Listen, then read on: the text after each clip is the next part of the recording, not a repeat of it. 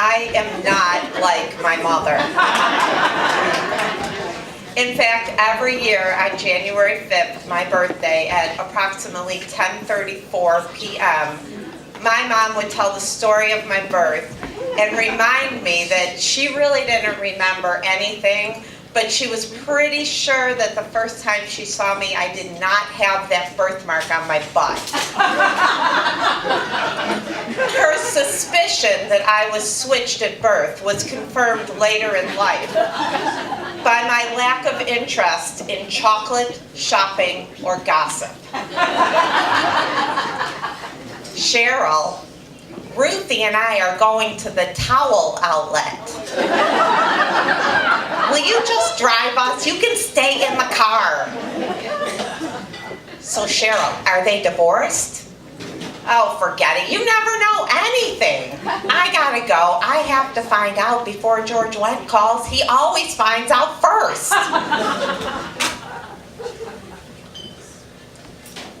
Honey, I'm going to the baseball game with Hags, and we're eating hot dogs. It's a baseball game. I'm outside. Isn't that healthy enough? Fortunately, there were many who filled in for my lack of genetic intuition. I am an only child of a single parent with about 300 brothers and sisters. Yes, every actor at the Second City, well, in Chicago, at one time or another considered my mom, Joyce Sloane, their mom. So having a large family means everybody knows everything about you. At age 12, when I got my first period, a sign went up at the bar in Second City.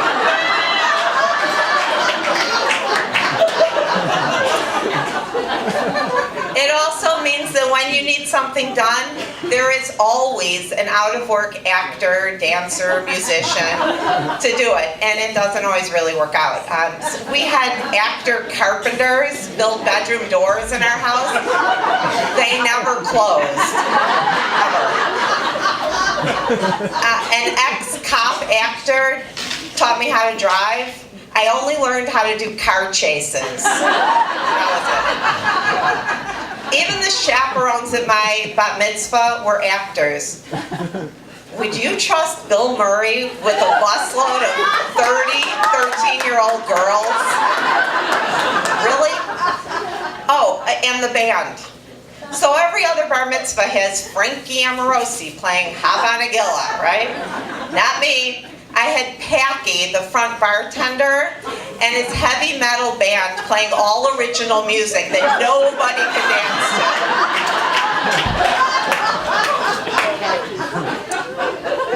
to. Theater kids stay up late, sleep in, watch rehearsals after school, and spend their weekends traveling around the Midwest, sitting in the bucket of in the middle of the bucket seats on a 1967 Mercury Cougar with 4 actors smoking pot and their mother driving.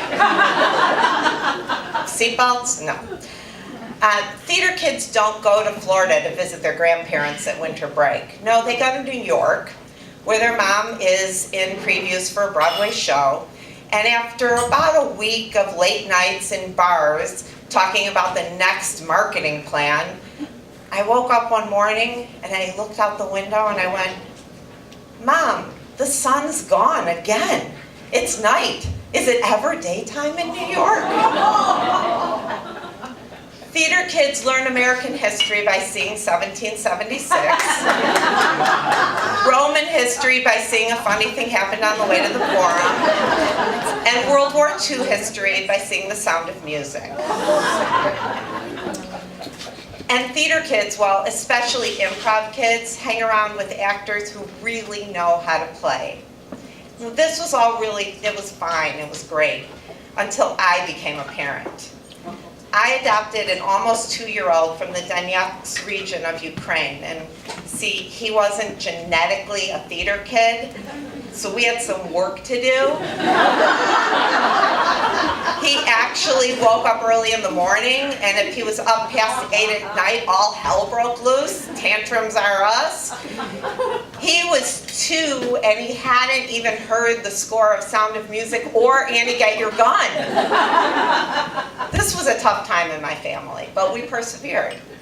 I was determined to have him on a schedule, something I never had. No rehearsal rooms for this kid. Little Jim, pump it up, wiggle worms. Naps on time every day. And he was not spending his days in theaters. He was going to be in playgrounds and firehouses, no theaters.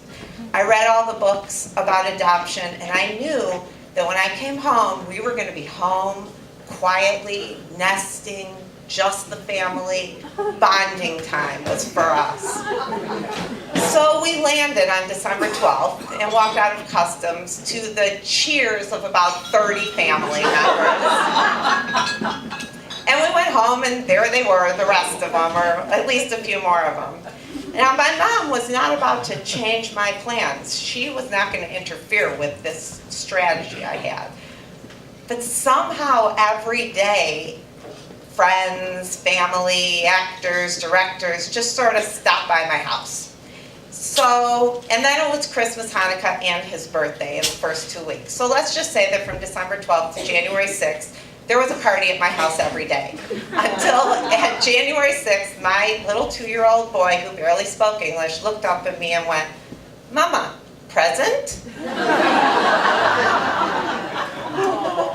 I guess he was just going to have to adjust to our life.